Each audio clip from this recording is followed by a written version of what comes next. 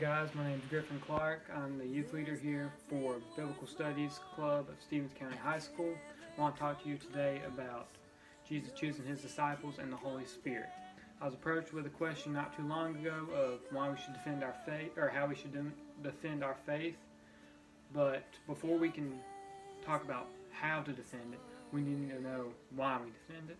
So this can either be a part 1, part 2 series of why we defend it before we hit how we defend it. So back in the day, when Jesus was choosing his disciples, he skipped over every powerful ruler, every great librarian, every known philosopher. He chose such ordinary people that it was comical. Half of them were smelly fishermen. One was essentially an IRS agent and the other one was a former terrorist. He chose the B team, not because of the skills they can do for him, but the things he can do through them. I just think that is such powerful to know that you don't have to be some great person to work for God. You don't have to be a popular person to work for God. You just got to be you. Be yourself, and he will work through you. We go to chapter 11 of Matthew. He says, "Truly I tell you, among those born of women," which means everybody, "no one greater than John the Baptist has appeared.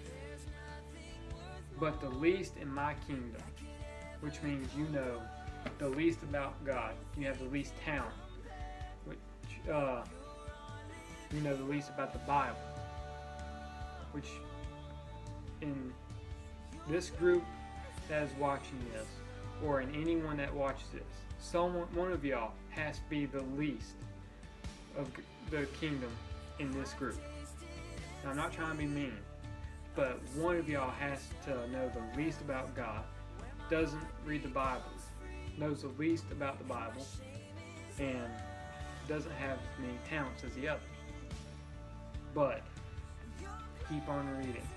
"But the least in the kingdom of heaven is greater than John the Baptist."